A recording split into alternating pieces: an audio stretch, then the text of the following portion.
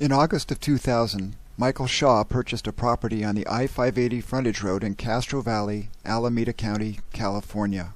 The property had been left a chronic eyesore, but it included a conditional use permit for building a self-storage facility. Michael, knowing settled property law in California, was confident that building a storage business here would be no problem. But due to the unlawful actions by Alameda County and its planning department that would unfold, this was not to be true.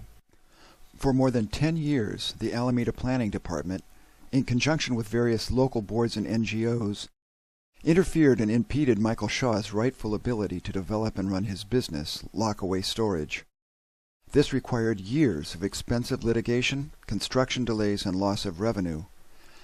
In 2011, due to instigation by members of the Castro Valley Municipal Advisory Council, the Alameda Board of Supervisors threatened to deny renewal of Michael's conditional use permit, without which his business would be closed. Michael was granted 3 minutes response time at the board planning meeting. October 2011, 11 years after the land was purchased. Ladies and gentlemen, good afternoon. I would request additional time. I've been involved in this for 10 years at extraordinary cost, decimation of a business, loss of employment, all kinds of things because of the amount of time and effort and money required in order to keep Alameda County within a legal boundary.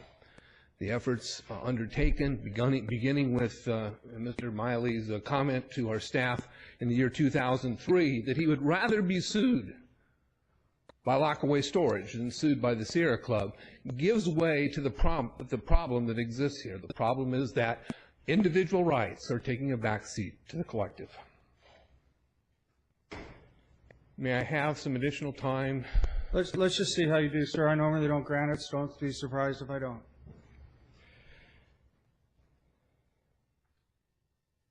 Let me report back to the chairman of this board of the 8-year journey that Lockaway Storage has been subjected to. It has been 9 years of continual harassment from many divisions here in Alameda County. The court decision, which cost this county's taxpayers $2.7 million because they'd rather be sued by us than the Sierra Club, ought to be less than enough. The harassment is continuing today. There must be a reason for that harassment. I will skip on the subject of the litigation, but I will point out that County Counsel's office was reprimanded by the court. Sanctions were levied against your County Counsel's office for beguiling the court and failing to follow its orders when permits were issued. The result of that was that our construction was further delayed. We filed an action. Superior Court denied, asserted that the council had absolute immunity. We took that issue to the appellate courts, whereupon the county had to, after the filing of an opening brief, pay us $500,000 of additional money for the county council's wrongful behavior in this case. And that typifies the kinds of action that has been taken against us all along. The case proceeded to 2 bench trials, one to determine liability, which happened in 2009, I think, and then the damages were assessed in a separate trial in 2010. Now the county attacks my management authority and continues the harassment that we have endured for 9 years already. I will agree to abide to what the BZA approved. The terms of the second round staff report will not be agreed to by me. Recognize, please, Mr. Miley, that I have established and vested rights to the operation of Lockaway Storage Castro Valley. The important comments that I need to make, these weren't, are still to come. I request your permission. I'm going to give you about 45 more seconds. Well, I cannot address the consequences of the county's establishment of a contractual relationship in violation of Article 1, Section 10 of the U.S. Constitution with the organization called ICLEI. Sir, I give people a certain amount of time. I have to be fair to everybody. I can't treat you any different. 10 years and millions of dollars of cost to the taxpayer ought to be able to be explain to the taxpayer what it is that drives this county to its irrational land use decisions, including the one that we've experienced in the continued harassment. I am a leader across the country in the Expose ICLEI campaign. 25 cities or so have thrown ICLEI out of their community, understanding that it violates Article 1, Section 10, and therefore, if not today, I will proceed to provide you the misprision of treason required under California statute to alert you to your violation of the oath of office to defend and protect the United States of America. But the Board of Supervisors continued this planning item until January 2012. This is what Supervisor Nate Miley had to say before the statement we saw Michael Shaw make. Well, I'd like to see if we could continue this, because I'd like staff to study this matter a little further, because I have some additional issues I'd like to raise with staff around this, and I don't think you'll be able to respond to my concerns today. What exactly were the additional concerns that Supervisor Miley had in mind to raise with staff in calling for this continuance? What was the property when you purchased it and the state of the permitting for it? Well, the property had been used as the construction loading site for the building of the, 10 or 12 lane interstate freeway that fronts the property. And so it was all filled with construction fill dirt, and it had been turned in since the freeway had been built and prior to the time we acquired the property into two quasi-public uses. One was that it was a motocross training ground. People would just use that land for their motorcycles to go up and down the big dirt piles that had been left there from the freeway construction. It was filled with weeds off those trails of motorcyclists, and then there were massive humps and holes that were filled with garbage and refuge that people had just taken up there and offloaded. So the condition of the site was hardly this dynamic that the Green Movement in Alameda likes to refer to as the scenic corridor, that is the weed-lined a pathway along the 580 freeway. This property in particular was quite abused and sore, and so our development naturally was intended to clean all that out and put a productive use on the land. So one of the really crucial aspects of the attack against your property by Alameda is due to Measure D. When was Measure D passed, and how long was that after you purchased your property? Well, we purchased the property in August of 2008. It was passed in December of 2008. But it had provisions that recognized that it could not upset existing circumstances, and this parcel had what's called a conditional use permit, which had been granted decades before and continually renewed. And was in effect in December 2000, which was exempted under the Measure D proposal as it was adopted. I mean, Measure D is the ultimate wildlands taking program in the United States. It's being copied by counties around the state and around the country, and it has been a leading advocate for the collectivization of real property. That's what Measure D does, but by its own terms it exempted projects that had planning approvals that already had existed on this property. And Measure D wasn't exactly a local measure, was it? In fact, one of the Alameda supervisors, Scott Haggerty, has actually stated that he really wasn't in favor of Measure D, but he got told that Measure D was to pass by whom? Well, I think I've heard him in public forums say that Jerry Brown told him that this had to pass. Of course, Brown is a big advocate of the sustainable development movement, the globalist land use movement that seeks to abolish private property piece by piece. But Haggerty seems to be a man conditioned to say whatever he needs to say in order to keep the public eye on himself and the public power position that he's amassed over this decade plus in Alameda County. Here's Scott Haggerty expertly manipulating his constituents. Sorry, I've been wanting to do this all night. A couple months ago, I broke my heel, and sometimes it starts hurting. But can you hear me without this? Yeah. Okay. Mark said a lot, and usually after Mark speaks, it's kind of the reason I'm his vice chair on the ACTC. There's not a lot left for me, but if you ask me what I heard the most tonight, I heard frustration, and that's why at 8:50. When we were supposed to be out of here 45 minutes ago, I said, as I was being accused of not listening, which I was, I was telling staff we need to stay, and I was willing to stay till 11 if we had to. Now I'm not encouraging you to go call your buddies right now, but I think there's a lot of I am so happy. You don't understand. I'm happy you people are here. I really am. We're your friends tonight. We're here to listen to you. We're here to digest what you say and take it back, and when we vote, understand what it is our constituents are saying. We need to, you know what? No. We need to drop the anger. You need to communicate via email. You need to come to these and not interrupt, but say, my God, this is wrong. You're taking people's property. And I think that's why the emotion was so strong this evening. Are we debating? Well, no. Do you hear that some guy thinks I'm a big fat jerk because, here I am and I'm the root of all evil? That's what I'm getting at, the redistricting map. That's the gist of my story. Because we stayed, you focused your anger towards us. You took it out on us. Well, then we apologize. That's okay. I'm a big boy. I'm going to go home and kick the dog. But I just wanted to say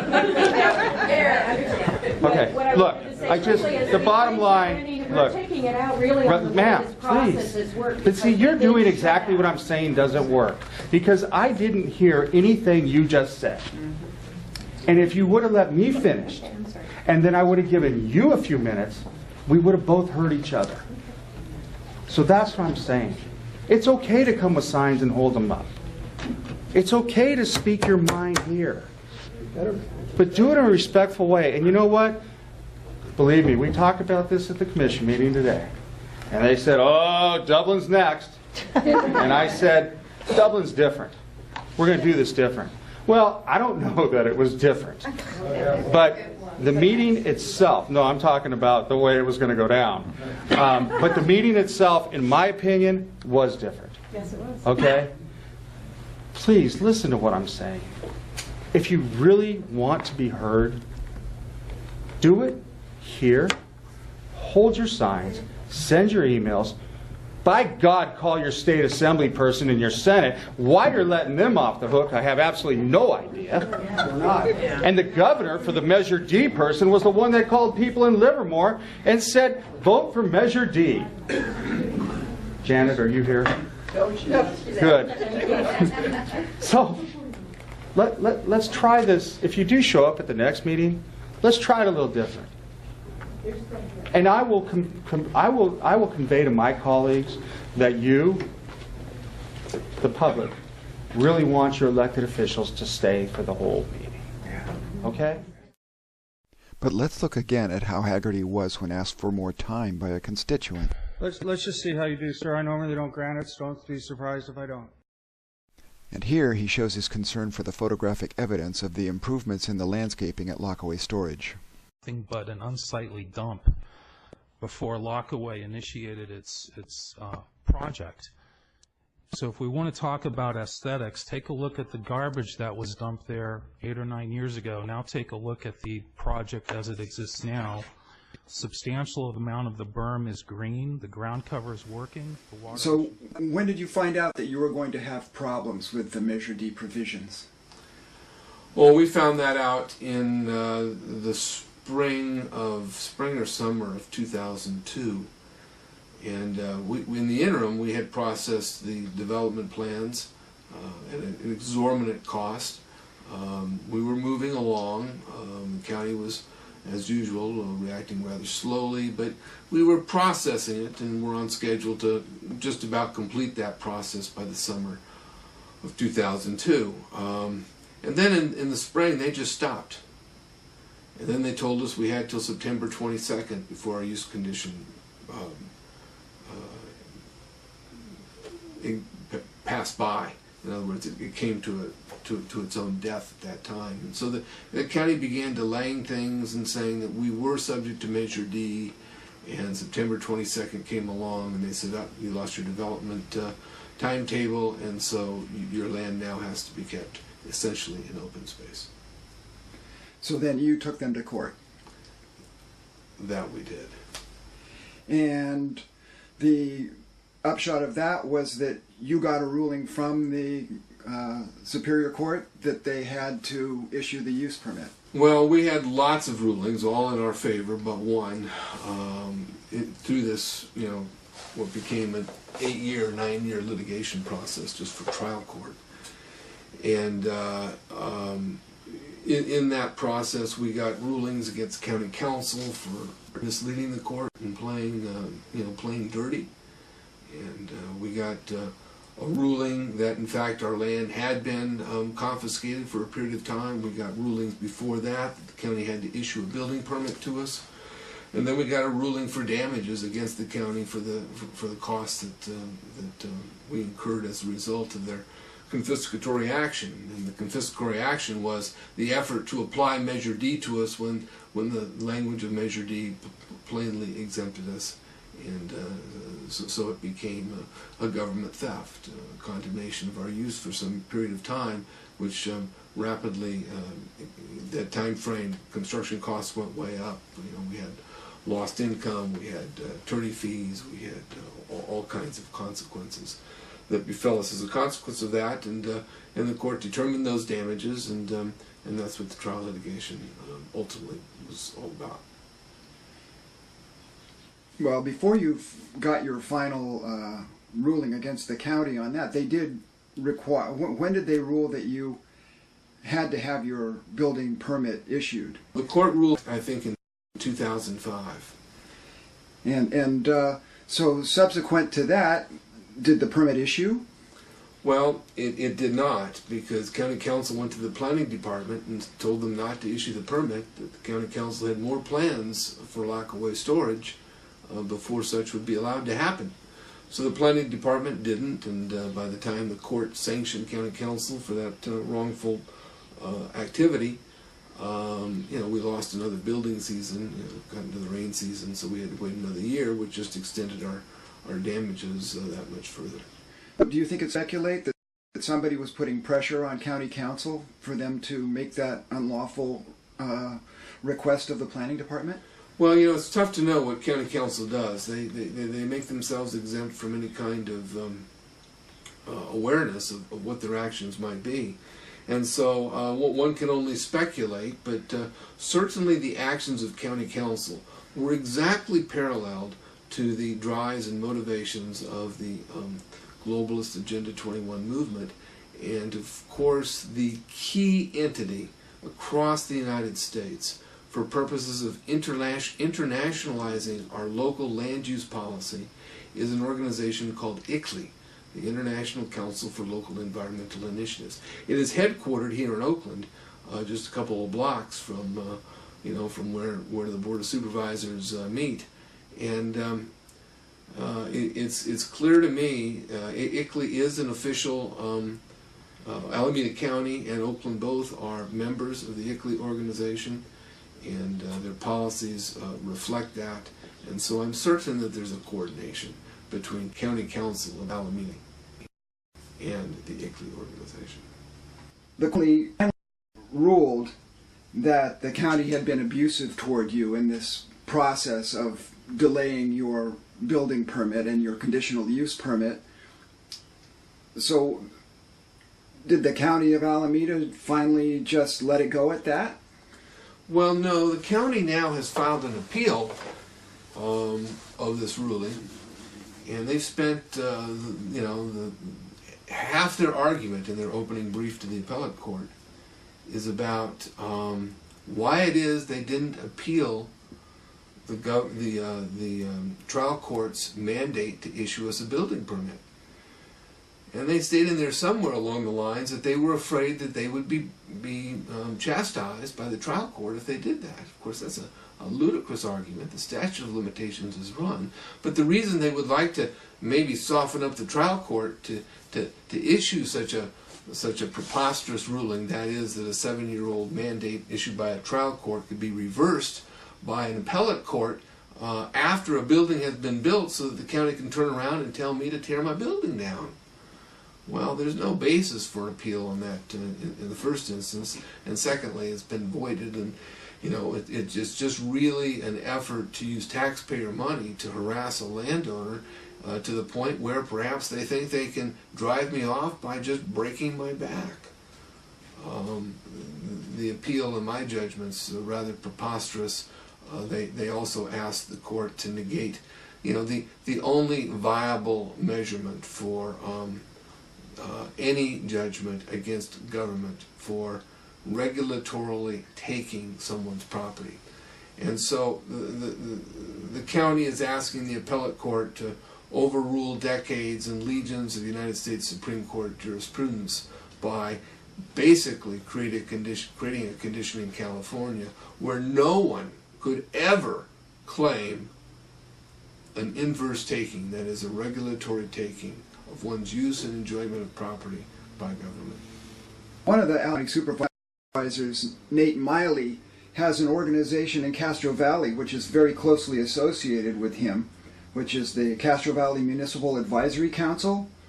So what has the role of this MAC been in your process? Well, what we've experienced in America is just a massive Sovietization of our governmental process. The MAC is a perfect incident of that. This is an advisory committee to these elected and appointed boards. And the advisory committee takes issues that are ultimately heard by either a zoning administrative board or the Board of Supervisors, and does a preliminary hearing. Well, the MAC committee was the first reviewer of the extension of our conditional use permit. Alameda County is the only place. I've done self-storages in 30 communities around the West. And when you have a use permit, it runs with the property. Well, in Alameda County, they want to check on your use permit every so many years so they can drag you, if you're a political enemy, into these boards and have them just make you into mincemeat. And so we began with this process by a hearing at the Municipal Advisory Board for Castro Valley. And they took apart our representative claiming that the property was an eyesore, and they clearly had no idea, no real understanding of even the ecology along the 680 corridor. It's all complete with Spanish oats, a weed that no native insect, no native animal cares about, likes. It's very flammable. It's a monoculture over these hills. And they were complaining about the landscaping on our project, which was mandated by the county, so that a big berm, a big dirt bank can be braced up against our building so that the building can't be seen. Well, the conditions for building that berm was that we had to use chopped rock. Plants don't grow very well in chopped rock, but I'll argue that the landscaping out in front of our project is more native, i.e. more natural, and more pleasant looking at than the weeds that are growing over the rest of this so-called scenic corridor. But someone on this MAC committee had it in for lockaway. Well, again, I think this ICLEI organization is quite bothered that first we built in the scenic corridor, and second that we're outing the nature of their international connection all across the country.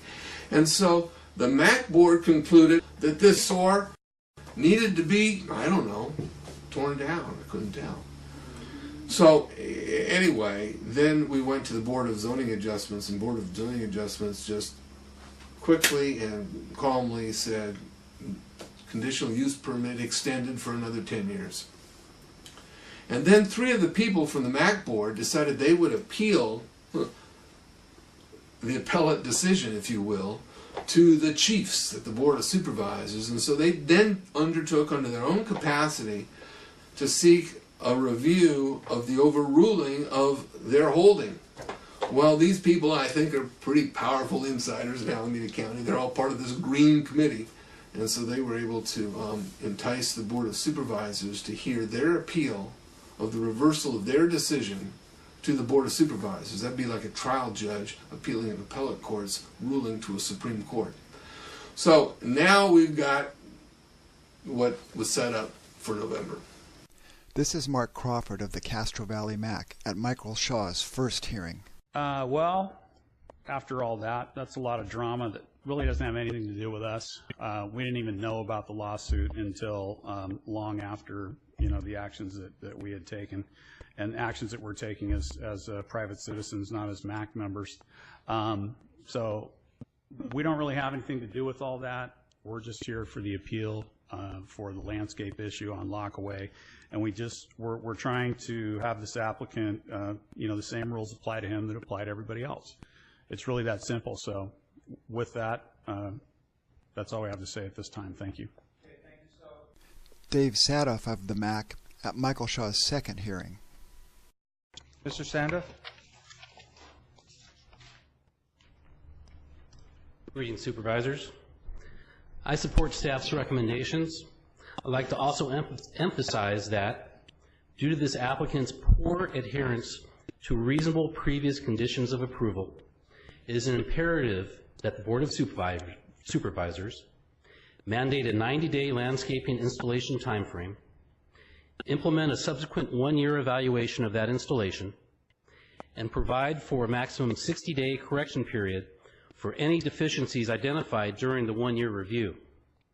In addition, a mandatory 5-year review of this conditional use permit should be conducted to ensure compliance. Thank you. That was Cheryl Moraglia, Mark Crawford, and Dave Sadoff from the MAC, and those are the people that we actually see in the planning hearings there who are there absolutely opposed to you even getting a conditional use permit.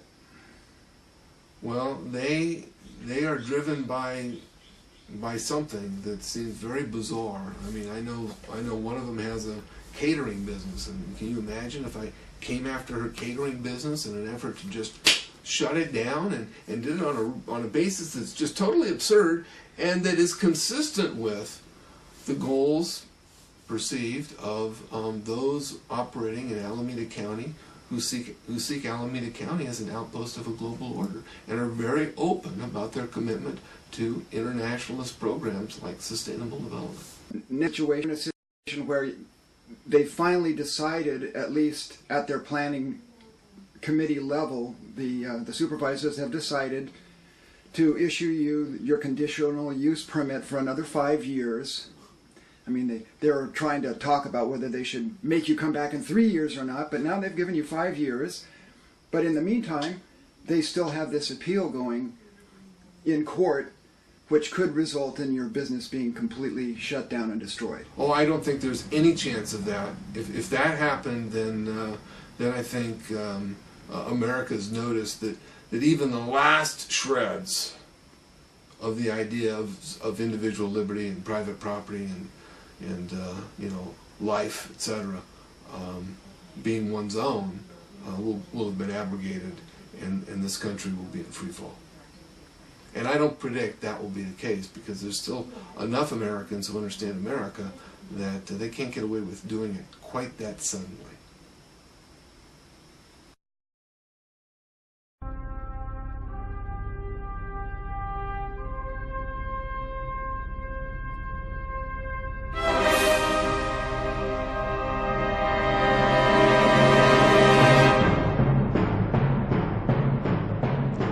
This is the beginning of the misprision of treason that Michael Shaw gave to the Alameda Board of Supervisors in between the planning hearings for lockaway storage in October 2011 and January 2012. Perhaps this explains the following performance by Supervisor Nate Miley, overseer of the Castro Valley MAC, at the second hearing. That unless triggered by deficiencies of the applicant prior, a mandatory review of the permit of 5 years. So So we can set the conditional use permit up to 5 years or 5 years to 10 years, but the minimum at this point in time in terms of our practices is 5 years. So we would be comfortable with 5 years? Well, I think there's sort of three things to consider. One is the original rezoning, which states 3 to 5 years. There's what the East BZA gave the applicant, which is 10 years, and then there's what the MAC is appealing, which is 5 years.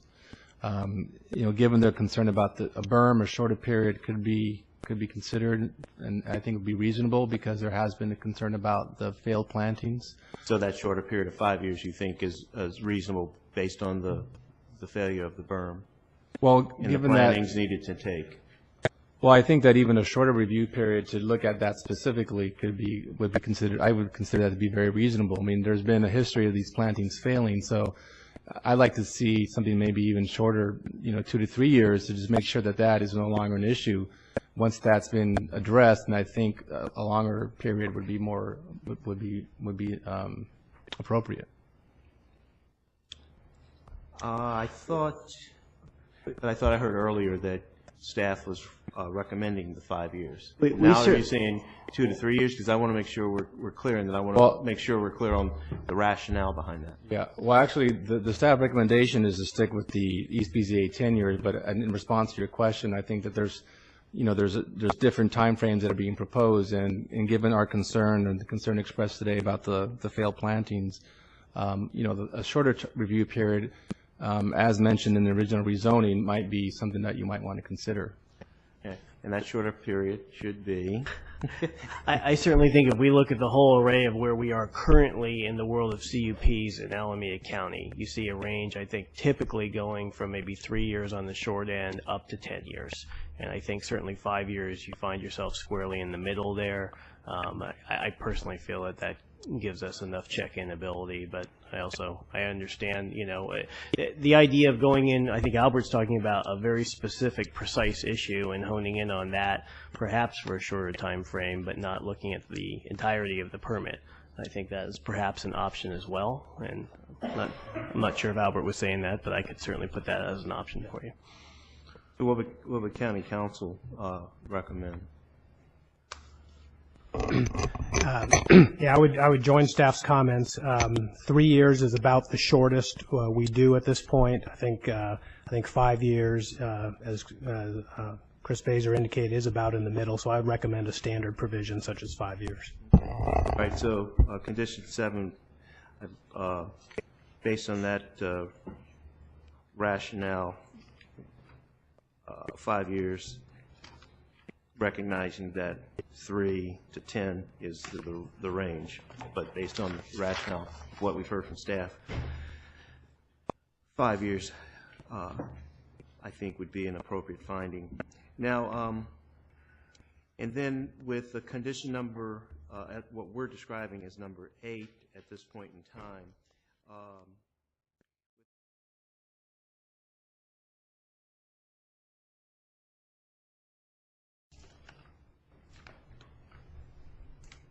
The harassment that I've received in my operation of lockaway storage is indicative of policies that call for the abolition of private property. This objective is a cornerstone of Agenda 21's Sustainable Development Blueprint, which has been adopted by Alameda County through its membership in ICLEI, the International Council for Local Environmental Initiatives. This is an international NGO formed for the purpose of localizing the UN's agenda for the 21st century. You all have a sheet here that identifies the members of ICLEI, and you'll see number 2 on that list is Alameda County. Here is the UN's Earth Summit Agenda 21, the UN's program of action.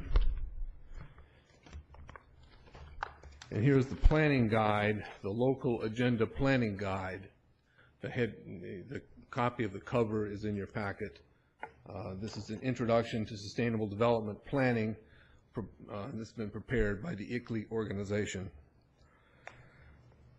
The purpose today is to follow up on my delivery to each of you of a misprision of treason purpose of a misprision is to provide you information necessary for a reasonable person to know that their actions have been treasonous. My primary purpose today is to help you understand why and how your commitment to the ICLEI organization violates Article 1, Section 10 of the U.S. Constitution. This section provides that no state or its subdivisions can enter into any treaty, alliance, or confederation with a foreign political entity. There is no statute of limitations associated with the violation of this section. ICLEI's North American headquarters is located just blocks from here. The world headquarters are in Bonn, Germany. ICLEI uses climate change and biodiversity as the excuse for an attack on private property and more. Many municipalities around the country have terminated their contracts with ICLEI as people are becoming aware of the philosophical underpinnings of the ICLEI organization. As Mr. Haggerty knows, ICLEI also plays a gigantic role within the local regional cog known as ABAG. ABAG, recently led by Mr. Haggerty, has hatched the One Bay Area plan. Your constituency needs to understand that One Bay Area is the local version designed to herd people into dense stack and pack communities surrounded by empty space that was once private property. Measure D, the subject of my company's lawsuit, denies rural landowners the natural or unalienable right to the use and enjoyment of property. This type of legislation is the cornerstone upon which Agenda 21 is predicated. The public is coming to understand this. I have previously delivered my organization's Freedom Advocates core pamphlet, Understanding Sustainable Development, Agenda 21. I request a little more time so I can get to landscaping issues. I haven't stopped. Well, you're going to get about 30 seconds. This information has been given to you to help meet the information required by the Misprision statute. If you believe you can defend your county's relationship with ICLEI against charges of treason, I offer the opportunity to publicly debate the issue. Your constituency deserves nothing else. So the harassment we've endured on our landscaping seems completely out of line with any reason. After several hearings, the county supervisors had to acknowledge that our landscaping looks pretty good given the conditions out here.